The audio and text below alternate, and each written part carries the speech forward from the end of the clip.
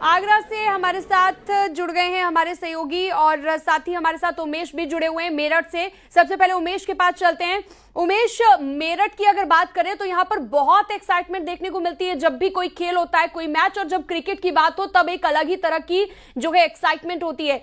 अब मैच जीतने के बाद क्या कह रहे हैं क्रिकेट प्रेमी, जरा दिखाइएगा उत्साह।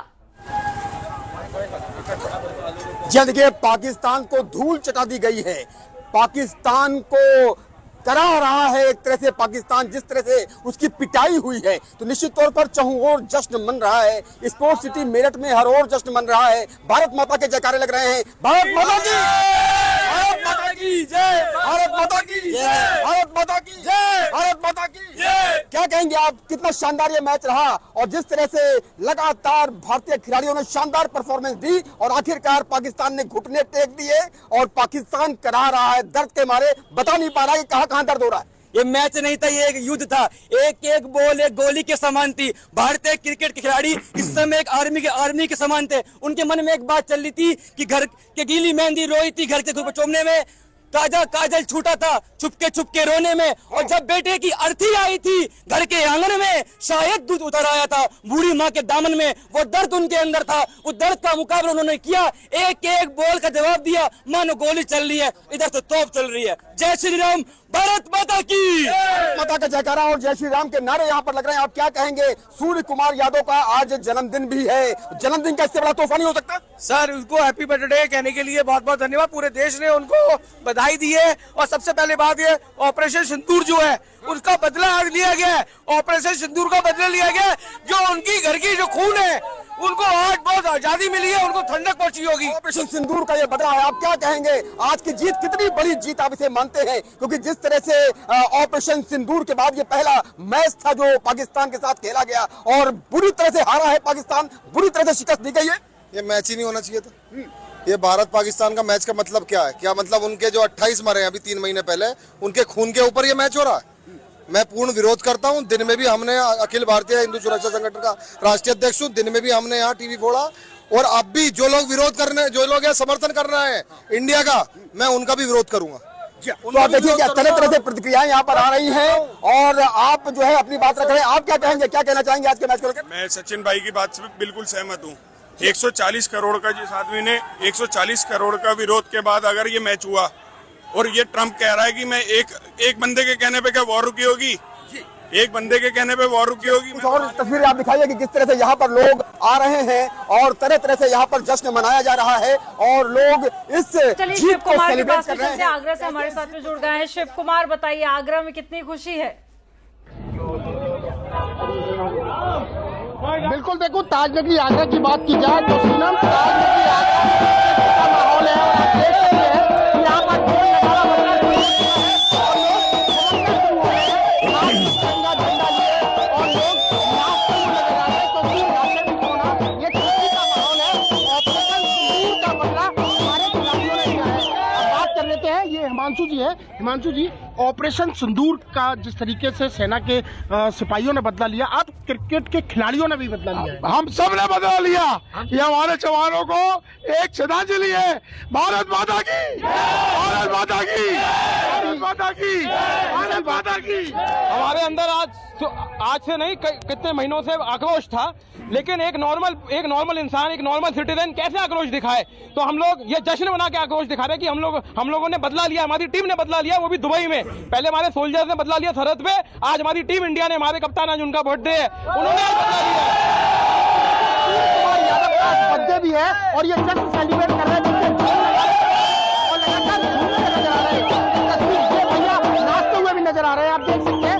ये खुशी है, ये भारतीय क्रिकेट जो फैंस है उनकी खुशी है। आप देख सकते हैं तमाम ये लोग हैं, ये यहाँ पर हाथ में तिरंगा झंडा लिए हुए, ये देखिए ये हाथ में तिरंगा झंडा लेते हुए लहराते नजर आ रहे हैं। इनकी सबसे बड़ी बात जो खुशी की नजर आ रही है वो ये है कि पहले हमारे जो सिपाही है उन्होंने बदला लिया, उसके बाद जो है हमारे खिलाड़ी है उन्होंने बदला लिया है। यहाँ पर झूमते हुए नजर आ रहे हैं। एक बार फिर ये चलता है हिमांशु जी, एक बात बताइए, जिस तरीके से आज जो सूर्य कुमार यादव ने कप्तानी पारी खेली है, क्या मानते हैं, कैसी ये जीत मानते हैं? जीते हैं, शौक से जीते हैं। हमारे एक एक जवान का बदला लिया है। सिंदूर हमारे दिल में तो सिंदूर, ऑपरेशन सिंदूर का हम हर भारतीय ने बदला लिया है। बदला लिया। ये बताइए, पाकिस्तान को धूल चटा दी। यस, तो खुशी देखिए आपकी क्रिकेट प्रेमियों के चेहरे पर, भारतीयों के चेहरे पर साफ तौर पर दिखाई दे रही है। राजीव जी हमारे साथ में जुड़े हुए हैं। राजीव जी, ये इंडियन टीम की मेहनत तो है ही, लेकिन आज जो सुबह से ही दुआओं का दौर हमने देखा, महिलाएं हाथ में सिंदूर लेकर दुआ कर रही थी, कई जगह पर हवन पूजन और साथ ही तमाम ऐसे जतन किए गए कि आज टीम इंडिया जीत जाए। और वो हमने परफॉर्मेंस में भी देखा कि बहुत इजी रहा, बहुत ज्यादा इजी। पाकिस्तान की परफॉर्मेंस तो खराब थी ही, लेकिन जो टीम इंडिया ने कर दिखाया, ये कहना गलत नहीं होगा कि आज पाकिस्तान को धूल चटा दी है। बिल्कुल, देखिए दुआओं का दौर तो चल ही रहा था और दुआओं के साथ साथ एक जो मोटिवेशन था कि जो कुछ हुआ था पहलगांव में, उसका बदला आप कैसे लेते हैं मैदान पे। देखिए बहुत ज़्यादा चर्चा चल रही थी इस बात को लेकर कि इस मैच को बाइकआउट किया जाए। वहीं एक धड़ा यानी एक वर्ग ऐसा था जो ये चाह रहा था कि मैच हो और हिंदुस्तान पाकिस्तान को हरा दे, और बहुत बुरी तरह से हराए। और एग्जैक्टली अगर आप देखें आज मैच खत्म होने के बाद कुछ ऐसे ही लग रहा है कि जो दुआएं फैंस ने मांगी थी कि पाकिस्तान को हराया जाए और बुरी तरह से हराया जाए, उनको घुटनों पे ला दिया जाए, एग्जैक्टली वही हुआ है। आप बॉलिंग डिपार्टमेंट भी देख लें, वहाँ हमने चारों खाने चित किया। फिर जब 128 रन का लक्ष्य हमें मिला था तो किस तरह से अभिषेक शर्मा ने स्टार्ट किया और सूर्य कुमार यादव ने किस तरह से मैच को फिनिश किया, ये सारी चीज़ें दर्शाती है कि जो क्रिकेट की क्वालिटी है वहाँ पर हम कितने आगे खड़े हैं पाकिस्तान से। और पाकिस्तान कहीं ठहरता नहीं एक्चुअली, अगर आप देखें। और इससे पहले जो मैच पाकिस्तान ने ओमान के खिलाफ खेला था, वहाँ पर भी किसी तरह गिरते पड़ते उन्होंने 161 रन बनाए थे।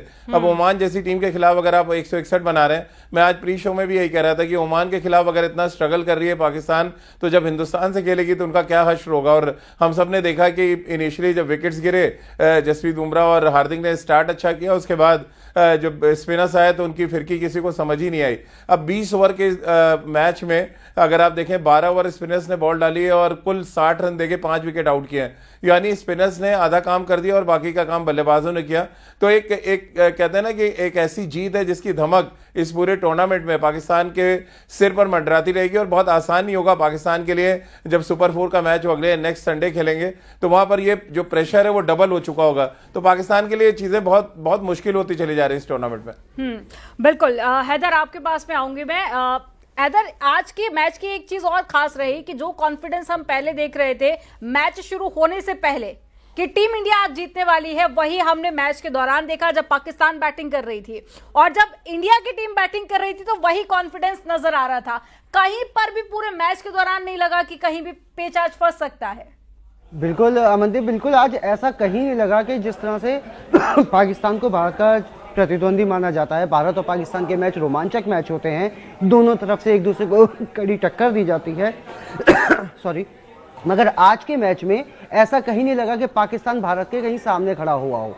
पाकिस्तान, चाहे बल्लेबाजी की बात करें पाकिस्तान की, तो पाकिस्तान के विकेट एक के बाद एक हर थोड़ी देर बाद गिरते गए और भारतीय गेंदबाज अलग ही कॉन्फिडेंस में नजर आए। और जब भारत की बल्लेबाजी आती है तब आप देखिए कि शुरुआती जो अभिषेक शर्मा ने की शाहीन अफरीदी के पहले ही ओवर से, वो जो मारने का उन्होंने सिलसिला शुरू किया, वो सिलसिला सूर्य कुमार यादव ने आखिरी 6 लगाकर भारत को मैच जिताकर खत्म किया।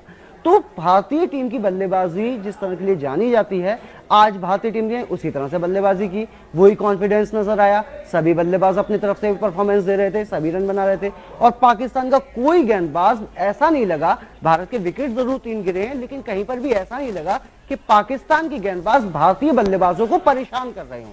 वहीं आप ये देखेंगे कि जब भारत गेंदबाजी करा रहा था तब बुमराह के शुरू के 3 ओवर में भले ही उनको सिर्फ 1 विकेट मिला था, लेकिन बुमराह की गेंदें पाकिस्तानी बल्लेबाजों को परेशान कर रही थी। और यही हुआ जब भारतीय स्पिनर गेंदबाजी करने आए। मतलब जैसे सर ने अभी बताया है कि 12 ओवर में स्पिनर ने जो 12 ओवर कराए उनमें सिर्फ 60 रन देके 6 विकेट लिए। तो पाकिस्तानी बल्लेबाज भारतीय स्पिनर्स को भी नहीं खेल पा रहे थे, पाकिस्तानी बल्लेबाज भारत के फास्ट बॉलर को भी नहीं खेल पा रहे थे। और जब भारतीय बल्लेबाज आते हैं तो वो पाकिस्तान के फास्ट बॉलर को भी बड़ी इजीली खेलते हैं, वो पाकिस्तान के स्पिनर्स को भी बड़ी इजीली खेलते हैं। तो इससे साफ पता चलता है कि पाकिस्तान की ये जो टीम है इस वक्त, ये भारत की टीम के कंपेयर में कहीं पर भी खड़ी नहीं होती है।